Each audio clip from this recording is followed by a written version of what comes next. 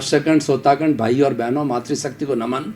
खास विशेष चित्त को शांति देने वाला, चित्त को हमें नियंत्रित करने वाला, चित्त विक्षेप को हटाने वाला, आनंद देने वाला, रोम रोम को पुलकित करने वाला, प्रसन्नता देने वाला और हमारे जीवन का सर्वांगीण विकास करने वाला, इस तरीके से सूत्र देने वाला जो कि हमारी नकारात्मक सोच को हटा के सकारात्मक सोच में बदला जाए और हमारा धर्म दर्शन शिक्षा के संबंधी भारतीय संस्कृति का क्या नज़रिया है और हमारा जो भारतीय संस्कृति के जो मूल्य गिर गए हैं उन मूल्यों की पुनर्स्थापना कैसे कर सकते हैं, इन सब बातों की विवेचना करने वाला कार्यक्रम में आपका हार्दिक स्वागत है, अभिनंदन है, सत्कार है। कार्यक्रम में हम प्रतिदिन नए नए विषयों के साथ में प्रवेश होते हैं। हर विषय होलिस्टिक बनाया जाता है, सांगोपांग बनाया जाता है, मल्टी डायरेक्शनल बनाया जाता है और हर विषय के अंदर ऐसी सामग्री डाली जाती है कि हर वर्ग के व्यक्ति के लिए और हर उम्र के व्यक्ति के लिए, हर इंटरेस्ट वाले व्यक्ति के लिए, हर मेंटल हॉराइजन के व्यक्ति के लिए और हर रुचि वाले व्यक्ति के लिए वो उपयोगी सिद्ध हो और उसमें से कुछ ऐसी सामग्री को एक्सट्रैक्ट कर सके ताकि कि उसके जीवन का निर्माण हो सके, जीवन को एक नई दिशा मिल सके। तो इसी क्रम के अंदर आज हम एक बहुत ही सुंदर मित्रता से जुड़ा हुआ विषय लेकर के आपके सामने प्रस्तुत हो रहे हैं। आज का हमारा विषय है मित्रता प्रेम रसायन है। कार्यक्रम में आपका हार्दिक स्वागत है, अभिनंदन है, सत्कार है। मित्रता अपने आप में एक रसायन है। रसायन उसे कहा जाता है, हमारे जो बॉडी है उसके अंदर एंडोक्राइन ग्लैंड्स है और वो कई तरह के हार्मोन्स छोड़ती रहती है। उन हार्मोन्स को हम रसायन कहते हैं और उन हार्मोन्स से अगर अच्छे हार्मोन्स होती है प्रसन्नता मिलती है, आनंद मिलता है, सुकून मिलता है और हम एकदम तरोताज़ा हो जाते हैं। और अवसाद वाले भी हार्मोन्स होते हैं जो कि हमें चिंता में डाल देते हैं, घृणा करवाते हैं और उसके साथ साथ में कई परेशानियों में भी डाल देते हैं। इसीलिए ये सब सारा हमारा जीवन एक हार्मोन्स का खेल है। लेकिन जो मित्रता है हमेशा एक अच्छा रसायन है, अच्छा हार्मोन है, क्योंकि हम अगर किसी को दिल से मित्र मान लेते हैं तो हमारा हितैषी हो जाता है और दिल से माना हुआ मित्र जो है वो हमारा कभी नुकसान नहीं पहुंचा सकता है। और हमने किसी से हमारे भावों के द्वारा, हमारे विचारों के द्वारा, हमारे मन के द्वारा हमने किसी को शत्रु मान लिया तो वो भाव सामने वाले व्यक्ति तक भी संप्रेषित होते हैं और संप्रेषण होने पर वह भी हमें शत्रु मानने लग जाता है। यानी दोनों तरफ से शत्रुता का भाव हो जाता है और ये शत्रुता का भाव आपस में जोड़ता नहीं है, तोड़ता है, आपस में मन मुटाव हो जाता है और वो लोग एक दूसरे से दूर हटने लग जाते हैं और दूर हट करके इतने दूर चले जाते हैं कि एक दूसरे के बीच में मिलन होना बहुत ही कठिन हो जाता है। और अगर किसी में मित्रता के भाव हो तो व्यक्ति हमारी तरफ खींचा आता है। आपने मैग्नेट देखा होगा कि मैग्नेट के सामने जब लोहा होता है तो लोहा मैग्नेट की तरफ खींचा आता है। उसी तरह से मित्रता एक रसायन ऐसा है कि हम भीतर पैदा कर दें तो सामने वाला व्यक्ति हमारी तरफ खिंचता आएगा। इसी तरीके से अगर हम 84 लाख जीवा योनि प्राणियों के प्रति, सभी के प्रति मित्रता का भाव रखें कि मेरा इस दुनिया के अंदर, इस सृष्टि में कोई दुश्मन नहीं है, सभी मेरे मित्र हैं और रोज हम ये चिंतन करें कि मेरा कोई दुश्मन नहीं है, मेरे मित्र है, हम ऐसी मंगल भावना इस ब्रह्मांड में छोड़ें तो क्या होगा कि ब्रह्मांड के समस्त जीव जो है हमें भी मित्र मानने लग जाएंगे और जहाँ मित्रता का भाव होगा वहाँ पर हम जुड़े रहेंगे और वहाँ एक दूसरे से हितैषी होंगे और एक दूसरे की मदद की सोचेंगे। इसीलिए भगवान महावीर ने बहुत ही सुंदर कहा है, अपना सच में सेजा मैतिंग भुए सुकप्पे। तुम स्वयं सत्य खोजो, मैं भगवान बना, मेरे पीछे मत चलो। मैंने अपने भीतर जो है शोध कार्य किया और भीतर जो विराजमान सत्य को प्रकट किया, सत्य को उद्घाटित किया और प्रकाश के अंदर लाया, क्योंकि भीतर विराजमान शुद्ध आत्मा भगवान है, पूर्ण सत्यवादी है, वह अनंत ज्ञान वाला है, वह अनंत दर्शन वाला है, वह अनंत शक्ति वाला है और अनंत सुख का भंडार है और हर जीवित प्राणी में वही आत्मा विराजमान है, लेकिन उसको खोजने की जरूरत है, उसको अनुभव करने की जरूरत है। अनुभव किए बिना हमें आत्म साक्षात्कार नहीं होता है, आत्म परीक्षण नहीं होता, आत्म निरीक्षण नहीं होता और आत्मा की अनुभूति नहीं होती है। अनुभूति बहुत बड़ी है। हम भगवान बनना चाहते हैं, हम मैत्री करना, लेकिन ये सारा भगवान कैसे बनेंगे, सत्य को कैसे उद्घाटित करेंगे? तो भगवान ने रास्ता बताया, तुम सबके साथ मित्रता करो। ये 84 लाख जीवा योनि के जितने भी प्राणी है, 84 लाख जीवा योनि उत्पत्ति स्थान है और जीवित प्राणियों की संख्या इस ब्रह्मांड में असंख्य है, अनंत है। सभी के साथ आप मैत्री करोगे, किसी को दुश्मन नहीं मानोगे, तो आपको सत्य उद्घाटित होगा। सबको निर्दोष मानो। जब हम इस ब्रह्मांड के समस्त प्राणियों को निर्दोष मानते हैं, उनके दोषों को हम नहीं देखते, अपने दोषों को देखते हैं कि इन्होंने हमारा कुछ भी बिगाड़ नहीं किया। और वास्तव में ब्रह्मांड का कोई भी प्राणी, किसी प्राणी का न तो उसको सुख दे सकता है न दुख दे सकता है। प्राणी को सुख दुख देने वाले उसके पूर्वकृत कर्म होते हैं, वही सुख दुख देते हैं। लेकिन हम अगर सबको निर्दोष देखते हैं तो वह हमारा मित्र हो जाता है, और किसी को दोषित देखते हैं तो हमारा दुश्मन हो जाता है। देखिए, ये अंगुली मैं इस तरफ करता हूं, इसका अर्थ यह है कि मैं सामने वाले में दोष निकालता हूं, और ये अंगुली मैं इस तरफ करता हूं, और ये मेरी अगर एक अंगुली इधर करूं तो चार अंगुलियां मुझे क्या 3 अंगुलियां और अंगूठा क्या शिक्षा दे रहा है कि तुम अपने दोषों को देखो। तो कबीरदास जी ने बहुत सुंदर कहा है कि सारी दुनिया के अंदर मैं घूमा, और घूमा किस लिए कि इस दुनिया के अंदर कितने लोग जो है दोषी है, कितने लोग बुरे हैं। तो बुरा जो देखन मैं चला, बुरा न मिलिया कोई, और जो दिल खोजा आपना, और मुझसे बुरा न कोई।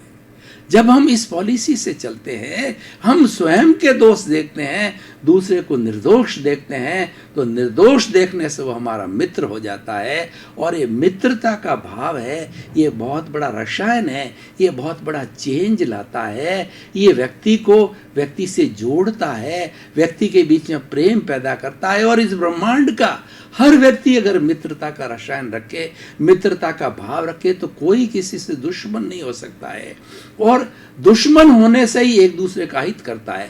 मान लीजिए कि सर्प हमारे पास में से जा रहा है और हमने भाव पैदा किए कि ये तो जहरीला जानवर है, ये कभी काट सकता है, तो हमने उसको किसी तरीके से जो है वो कष्ट देने का अगर किया, हमने लाठी के हिसाब से, कुछ के हिसाब से, या अपने भावों से उसको बुरा माना, ये जहरीला जानवर है और ये काट सकता है और इसके काटने से मृत्यु हो सकती है, तो निश्चित रूप से अगर हमने उसको कष्ट दिया है या बुरे भाव किया है, तो वो जाने वाला सर्प जो है, अगर हमारा हिसाब बाकी है तो काट सकता, बिना हिसाब के तो वो काट भी नहीं सकता है, उसकी ऑथोरिटी में नहीं आता, उसके जुरिस्डिक्शन में नहीं आता, कुछ भी नहीं कर सकता। आप उदाहरण के तौर पे देखिए कि हम एक कमरे में 5-7 लोग सोए रहते हैं, और किसी तरह का जहरीला जानवर हो, मच्छर हो, सांप हो, या कुछ भी, छिपकली कुछ भी हो, तो ऐसा जानवर 5 में से 4 लोगों को क्यों काटता है?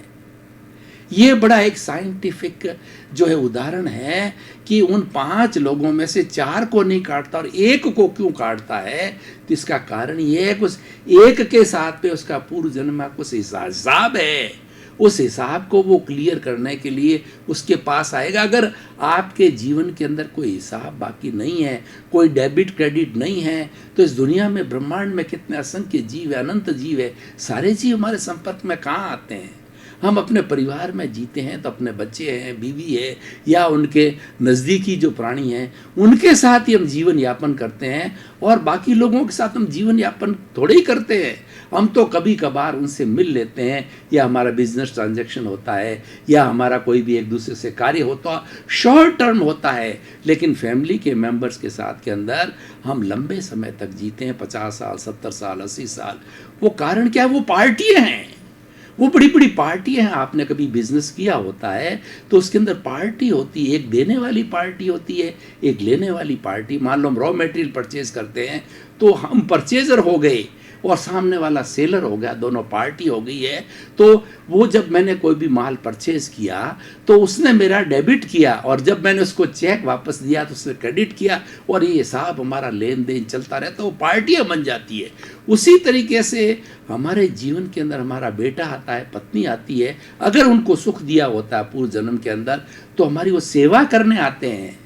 वो जो है श्रवण कुमार बन करके आते हैं, और पिछले जन्म के अंदर हमने किसी को दुख दिया तो पत्नी क्या, बेटा क्या, पोता क्या जो है वो हमारा बदला लेने आता है। वो हमारी चीजें हड़प कर देता, हमको गालियां देगा, हमारी बुढ़ापे में कोई सेवा नहीं करेगा और धन दबा लेगा। जैसा जैसा सलूक हमने पिछले जन्म में उसके पूर्व जन्म में उसके साथ किया वैसा करने, ये सारी अदृश्य चीज है, पर ये कुदरत का कानून है, ये सनातन सत्य, इसको टाला नहीं जा सकता है। ये कर्म का सिद्धांत प्योर मैथमेटिक्स है, मैथमेटिक्स उसके आधार पर ही चलता है, और सारी सृष्टि इस कर्म सिद्धांत के ऊपर चलती है। कर्म सिद्धांत एक बहुत बड़ा ईश्वर है। तो मैं ये कहना चाह रहा था कि मित्रता पैदा करो, शत्रुता के भाव छोड़ो। मित्रता कब पैदा होगी कि हमारे भीतर जो नकारात्मक सोच है, नकारात्मक सोच क्या है कि हम हरेक के नुक्स निकालते हैं, हरेक के दोष निकालते हैं और अपने दोषों का रक्षण करते हैं। हमारी बुद्धि ऐसी है, तर्कवादी बुद्धि है कि हमारे जितने भी दोष है उसको ढकती है, ये बहस करवाती है और ये संसार में भटकाती है, और ये अच्छा ये बुरा, लाइक डिसलाइक पैदा करती है और हमको मान्यताओं से बांधे रखती है।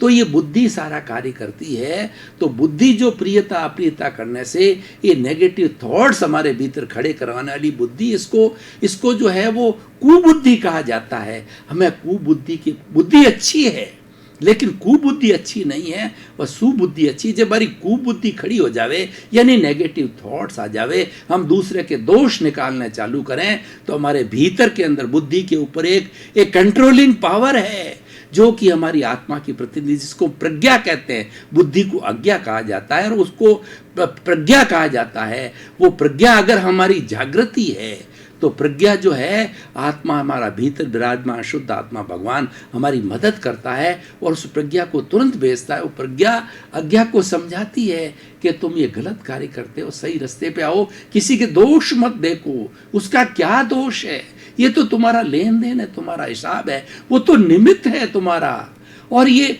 निमित्त के कारण ही हमारा हिसाब किताब लेन देन होता। तुम तो उसको अपना हितैषी मानो, तुम्हें वो क्लियरेंस दे रहा है, वो तुम्हें नो ड्यूज दे रहा है, तुम्हें एनओसी दे रहा है और मोक्ष मार्ग में तुम्हारा सहयोगी है, क्योंकि जिनके साथ में तुमने जो दोष किए हैं, शत्रुता का व्यवहार किया है, उन सबको वॉश नहीं करोगे, उन सब से क्लियरेंस नहीं, उन सबको मित्र नहीं बनाओगे, तब तक तुम्हारी मुक्ति नहीं है। देखिए, जब एक एक प्राणी ये कह देगा कि मेरी आपसे मित्रता है, कोई शत्रुता नहीं है, मुझे कोई भी हिसाब किताब बाकी नहीं है, नो ड्यूज क्लियरेंस देता है, उसके बाद ही हमारी मुक्ति होती है। और हम दूसरों के साथ में शत्रुता का भाव पैदा करते हैं, दूसरों को कष्ट देते हैं, दूसरों को हम गाली गलोच और हिंसा की भावना करते हैं, या उसको जो है हम घृणा की दृष्टि से देखते हैं, ये सारे शत्रुता के भाव है। शत्रुता एक वट वृक्ष है, उसी तरह से मित्रता भी एक वट वृक्ष है। तो कौन से वट वृक्ष की हमें छाया लेनी है, कौन से वट वृक्ष को हमारे जीवन के अंदर खड़ा करना है, तो मैं आपसे कहना चाहूंगा कि मित्रता का वट वृक्ष बनाइए। भाई और बहनों, दर्शकगण, श्रोतागण, बहुत ही सुंदर विषय है। हमारे पुनरुत्थान कार्यक्रम की ये परंपरा है, हर एपिसोड को हम क्रिटिकल कसौटी पर कसते हैं कि ये हमारा एपिसोड क्या प्रासंगिक है, ये रिलीवेंट है वर्तमान परिप्रेक्ष्य के अंदर, और इसकी सोशल यूटिलिटी है क्या। तो मैं आपको कहना चाहूँगा कि आप सबके साथ मित्रता के भाव रखोगे तो अन्य लोग भी आपके पास मित्रता का भाव रखेगा। आप करके देख लीजिए कि कोई भी व्यक्ति जाना है, अनजाना व्यक्ति है, आपने भीतर से जो ये रस पैदा किया, रसायन पैदा किया कि ये तो मेरा मित्र है, और अगर एक बार किसी से कटुता भी हो गई और आपने मानने लगे कि ये मेरा मित्र, तो उसमें चेंज आएगा, उसमें भी मित्रता के हार्मोन्स पैदा होंगे, क्योंकि अव्यापाद आत्माएं होती है। और ये सब जो अव्यापाद आत्मा अमूर्त होती है, टेलीपैथी के रूल के ऊपर चलती है, इनको किसी तार की जरूरत नहीं होती है। आपने चिंतन किया, वो टेलीपैथी माध्यम से पर्टिकुलर व्यक्ति की जो अव्यापाद आत्मा तक जो है वो आपके भाव पहुंच जाते हैं। ये भाव जगत है, ये अदृश्य जगत है, क्योंकि दोनों अमूर्त है। वहां पर कोई भी जड़ चीज नहीं जाती, वहां पे दृश्य चीज नहीं जाती, वहां अमूर्त चीजें, अमूर्त के पास में अमूर्त के रूल होते हैं, अमूर्त से जाती, तो भाव के साथ जाकर के बातचीत हो जाती है। मैं आपको एक उदाहरण देना चाहता हूं कि दो बड़े बड़े जो है आचार्य लोग जो है वो बड़े माने हुए आचार्य थे, और उनके साथ में शिष्य परंपरा थी दोनों। तो वो आपस के अंदर उनका मिलन होना था। तो एक तरफ जो एक शिष्य परंपरा और उनके गुरुजी बैठ गए, दूसरी तरफ गुरुजी और उसके शिष्य परंपरा बैठ गई।